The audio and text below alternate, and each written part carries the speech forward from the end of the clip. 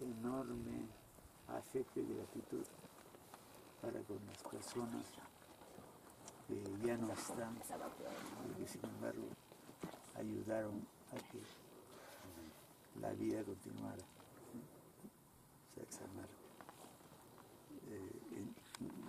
Yo estoy en la Católica, pero hay personas de la Universidad Católica que son las que hacen la universidad y que se preocupan por ustedes y por muchas otras cosas. Entonces yo le voy a pedir. Algunos terceros, algunos quintos. Algunos terceros, otros quintos. Algunos ya también Algunos ya terminaron. Sí. No. Sí. Bueno, primero saludarlos y felicitarlos también por esta muestra, ¿no? de compromiso, ¿no? Al estar acá.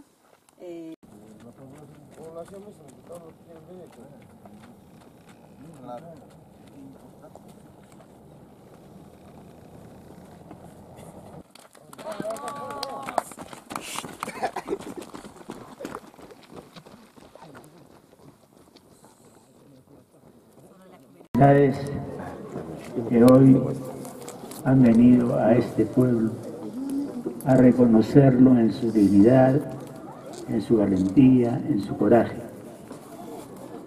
Tanto personas del Poder Ejecutivo como el señor viceministro y sus acompañantes, cuanto está representado también el Poder Legislativo a través de la congresista Pariona, que representa en el Congreso el alma serrana de este Perú tan entrañable. Y no puedo sino agradecer, aunque sea en último lugar, pero profundamente, a las personas de la Pontificia Universidad Católica del Perú, que me han acompañado, que son las que en verdad han trabajado mucho junto con amigos de Saxamarca para dar un paso dentro de un convenio que la Pontificia Universidad Católica del Perú firmó con este lugar, con esta ciudad, y significa, por tanto, no solo la organización de un acontecimiento como el de hoy, sino un trabajo de pronto más silencioso, pero más largo y más profundo. Nos encontramos hoy, lo sabemos todos, en una ocasión muy especial. Lo agradezco al alcalde distrital de Saxamarca, a los miembros de la comunidad, porque nos han hecho participar de algo que para ellos es entrañable. Hace 15 años, la Comisión de la Verdad y Reconciliación terminaba sus trabajos y entregó al país en manos del señor Presidente de la República, en manos del señor Presidente del Congreso, en manos del señor Presidente del Poder Judicial, el resultado final relativo, porque la verdad es muy difícil de alcanzar y siempre hay que buscarla, y lo que se diga siempre es perfectible. El resultado de todo aquello que nosotros habíamos conseguido al cabo de 2 años de labores que buscaban una sola cosa, un solo sentido: contarle al país lo ocurrido durante el periodo de violencia que vivimos entre 1980 y 2000, así como, y así lo decía el decreto supremo que creó la Comisión de la Verdad y Reconciliación, extraer las causas y aprender las lecciones de esos sucesos vividos, con la finalidad expresa de nunca jamás repetir una historia tan dolorosa para nuestra patria.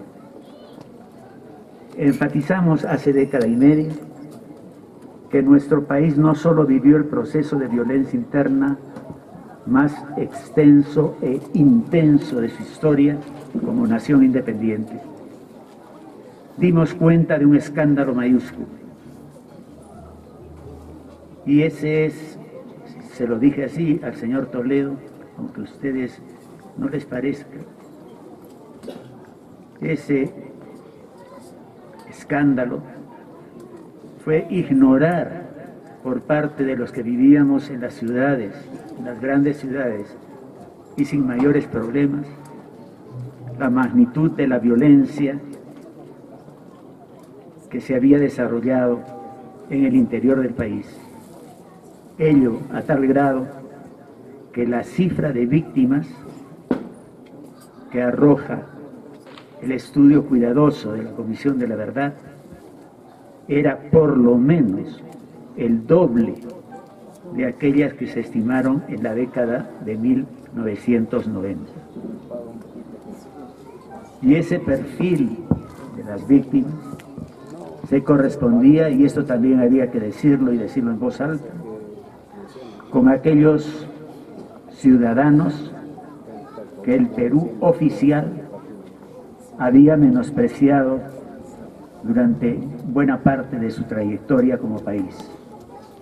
Porque no basta que se escriba en un cuaderno o se diga oralmente que todos los peruanos somos ciudadanos con los mismos derechos y las mismas obligaciones. Eso hay que llevarlo a la práctica, eso hay que demostrarlo, y eso le toca a las autoridades que elegimos. Desde la Comisión de la Verdad y Reconciliación entendimos prontamente que el impacto de la violencia había sido diferenciado, tanto en lo que se refiere a hombres y mujeres, como en las distintas regiones que vivieron ese conflicto. Por ello, decidimos incorporar rápidamente el enfoque de género, así como adoptar una mirada que, sin perder de vista el proceso nacional, hiciera énfasis particular en la forma como distintas zonas del país vivieron los sucesos de violencia y cómo enfrentaron el terror que había iniciado Sendero Luminoso en 1980. Así, esa comisión decidió contar tanto historias que comprendían la desnaturalización de la dignidad humana a través de la vulneración de derechos elementales, como relatos de valor y coraje que también florecieron en un periodo difícil para nuestro país. Y cuando digo de esos momentos de coraje y de valor vividos por ciertas zonas, ciertas comunidades, ustedes saben bien a quién me estoy refiriendo, entre otros pueblos. Nuestros investigadores decidieron destacar lo que había ocurrido, la historia de las rebeliones que tuvieron las comunidades de Saxamarca y también las de Sancos y Lucanamarca contra miembros de Sendero Luminoso en 1983. Y de estos tres lugares, y por ello esta conmemoración hoy, hay que mencionar en primer lugar a Saxamarca. Nosotros consideramos que eso que dijimos allí, como muchas otras cosas, constituía una historia que nuestros compatriotas que no vivían en las grandes ciudades debían saber transmitir a las autoridades. y debían sentirse orgullosas de que ellas llevaron por delante los valores de la patria, la bandera de la patria. Fueron los primeros defensores de esta tierra en la cual nacimos y a la cual queremos. Sendero Luminoso llegó a inicios de la década del 80, por acá. En una zona principalmente ganadera, buscó ganarse a los ciudadanos a través del castigo a supuestos gamonales, aprovechando los desencuentros a veces entre los mismos miembros de una comunidad. Al mismo tiempo, como en buena parte del país, aprovechó los espacios educativos, como el Colegio Los Andes de Huancazancos, para difundir sus ideas. Conversaba hace un momento, unos momentos antes, con el coronel, que hoy merece un especial homenaje, cumplir 78 años, de su valor. Y conveníamos en que la educación es el primer bien que no ha sido cultivado y que la educación era poderosísima para poder formar la mentalidad de los jóvenes y de la gente futura. Y de eso se aprovechó muchas veces Sendero Luminoso. Sendero Luminoso, lo sabemos, se trataba de una ideología fundamentalista que enfatizaba en el uso de la violencia para, según decían ellos, entre comillas, transformar la realidad. Pero se pueden transformar las cosas para bien o para mal, ¿no? Y ellos iban en camino de destrozar en lugar de transformar al tema. Es así como ellos, dándose cuenta de la educación, vuelvo a el tema, formaron escuelas populares para adoctrinar a los jóvenes de las comunidades con estas ideas retorcidas, así también como en cuestiones de lucha armada. Ahora es cierto, y esto también tenemos que decirlo, no podemos generalizar. No todos los docentes estuvieron de acuerdo en convertirse en última instancia en autoridades locales por el favor que les hacía Sendero y por el favor que ellos le hacían a Sendero. Asimismo,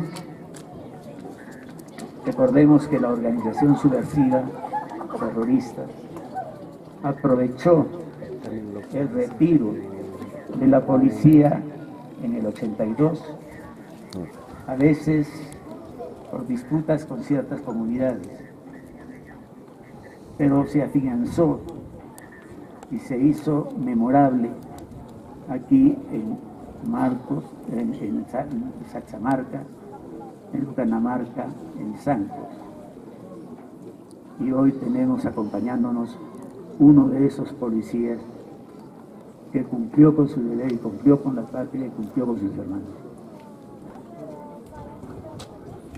Como ocurrió en las comunidades a las cuales ingresaba Sendero, este obligó bajo amenaza de muerte a renunciar a las autoridades legítimamente elegidas o que las mismas se sometieran a sus órdenes. Incluso los comités populares, como organización paralela de poder de la comunidad, crearon eso. Se obligó a los miembros de las comunidades a repetir las arengas senderistas y asistir a las asambleas bajo pena de castigo, que pasaba por el castigo físico hasta llegar a los juicios populares. Eso al tiempo que arrasaban con ganado y bienes particulares. Y no les estoy contando nada nuevo, ustedes lo vivieron más que un limeño que estaba en su universidad dictando clase. Pero lo que ha hecho la Comisión de la Verdad es permitir que se conozca lo que ustedes sufrieron, que se piense que ustedes son peruanos, tan peruanos como cualquier limeño, y que tienen dignidad, y que tienen orgullo, y que tienen derechos. Continuando con la historia, la saben, el malestar se va propagando en toda esta región. De acuerdo al testimonio que recogimos en la CDR, concluimos que 4 fueron las causas por las que se rechazara finalmente la presencia senderista en esta zona del país. Primero, el ataque a la economía familiar, pues se habían restringido las posibilidades de intercambio comercial y de acceso hacia las chacras y estancias. Segundo, las contradicciones entre la ideología senderista y la práctica senderista, patentizadas en el reparto de los bienes expropiados y en las restricciones para las celebraciones y tradiciones del pueblo. Tercero, en la instalación de la muerte como centro de la vida comunal, acentuando la presencia senderista como injusta y violenta. No ayudó, hay que decirlo, las pugnas internas dentro de la organización que mezclaron intereses personales y partidarios. Entre el 15 y el 17 de febrero de 1983, y todo esto nos lleva al 21 de mayo del 83, pero ya en febrero, cansados de las costumbres senderistas y temerosos de una intervención del ejército que implicara violaciones a los derechos humanos, miembros de la comunidad de Saxamarca se rebelaron contra la injusticia. Asesinaron a los líderes locales y apresaron a sus seguidores. Y esto lo hizo Sendero. Sendero apresó días más tarde a 40 personas en represalia de la actitud valiente de Saxamarca. En Sancos y Bucaramanga se repitió esa estrategia de enfrentamiento decidido hacia el Sendero. Y todo esto por el respaldo moral de los militares y el establecimiento de un sistema de vigías con apoyo militar. Ciertamente el dolor y la muerte son condenables, pero en este caso es necesario comprender que la situación estuvo provocada por la presencia maligna de Sendero en la comunidad. Hay que decirle no a la muerte en todo tiempo y en todo lugar, y también hay que comprender cuando ella aparece como única salida a la esclavitud y cuando aparece provocada por una ideología malvada y fundamentalista. Lo que cuento de febrero llevó a la venganza de Sendero, que fue brutal. El 3 de abril del 83, Sendero ingresa a Bucaramanga y da muerte a 69 personas. Utiliza hachas, cuchillos, piedras, palos, picos. Se trató de una de las mayores masacres cometidas por la organización terrorista. Días más tarde, y aquí llegamos al 21 de febrero, día como hoy, 21 de mayo, digo, de 1983, un número no precisado de senderistas atacó a las alturas de Saxamarca. Hubo un héroe que alertó a la población. Honras a él. Los comuneros estuvieron pues prevenidos sobre el ataque y tuvieron el respaldo de 3 miembros de la Policía Nacional. 20 miembros de la comunidad hicieron frente a la columna senderista. 11 personas, entre ellas un miembro de la policía, fallecieron. En Huancazancos se produjo un ataque similar el 24 de junio del 83. Es después de esos sucesos, que se organiza una base contrasubversiva en la zona. Situación no exenta de tensiones, debido a que varios militares también cometieron abusos con la población. Y se organizaron los comités de autodefensa, dado que la seguridad fue un problema hasta mitades de la década de 90.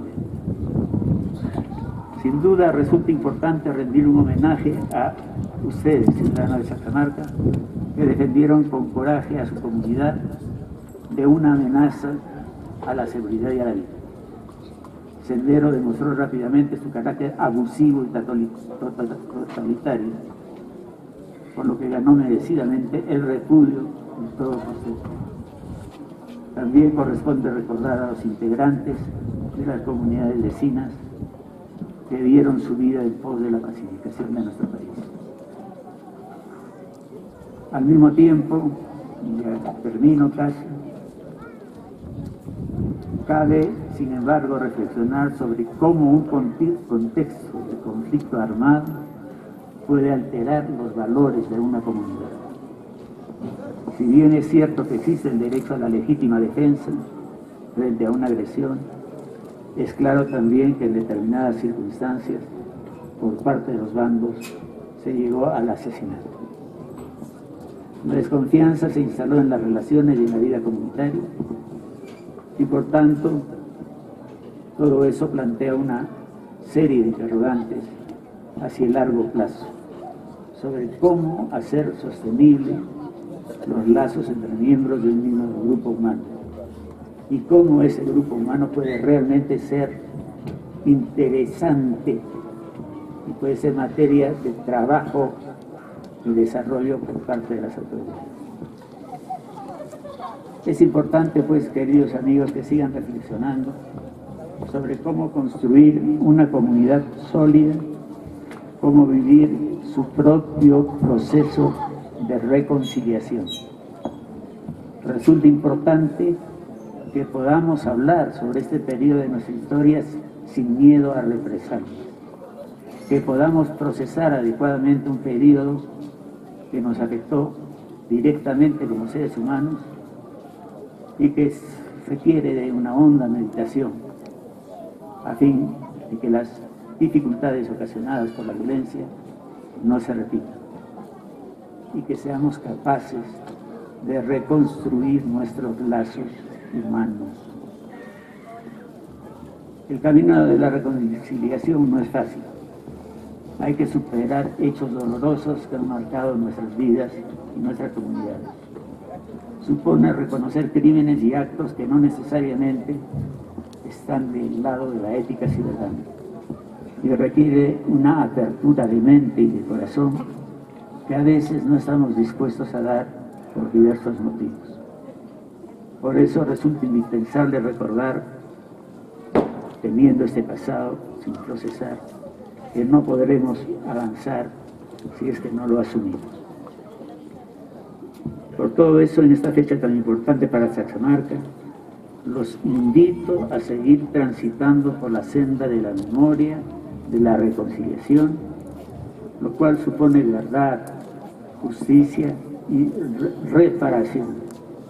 Reparación que el Estado peruano debe a las víctimas. Un Estado que se encuentra con ustedes en un horizonte de reconocimiento de sus derechos y apoyo de sus necesidades. Cuenten para ello que en lo personal, con mi mínimo apoyo y lo poco que pueda dar, en lo institucional, con muchas organizaciones.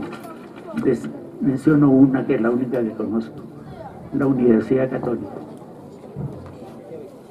En la Universidad Católica es uno de los temas centrales la responsabilidad social. Y es en función de esta responsabilidad social y de la conciencia de lo que es el Perú y los peruanos que la Universidad Católica ha entrado en contacto con ustedes, entrará en la medida en que ella pueda en contacto con otras comunidades golpeadas. Finalmente, el señor alcalde me ha dado un gratísimo y digno recuerdo. Yo no puedo, sino en nombre finalmente de nuestra universidad, decirle que seguiremos siempre con ustedes, que vamos desde hoy a empezar con una política de apoyo en lo que significa al conocimiento y al estudio, y por ello le ruego tome cuenta y valor de los libros que hemos traído, que los dejamos a la comunidad. Son libros de historia universal, son libros de historia del Perú, es la historia de la República de Basadre, son muchos libros de cuentos peruanos, desde Vargas Llosa hasta escritores del siglo XIX. Están para ustedes, para que los lean, para que aprendan cosas y para que se diviertan. Finalmente, hemos sido testigos, los de la Universidad Católica, de lo hermoso que ha sido el esfuerzo de los niños, niñas, jóvenes en la maratón que ha concluido esta mañana. Por ello, si ustedes me lo permiten, quisiera entregarles unos reconocimientos. Yo voy a ir llamando a la persona que va a recibir este sobre, y si no está él, algún familiar suyo.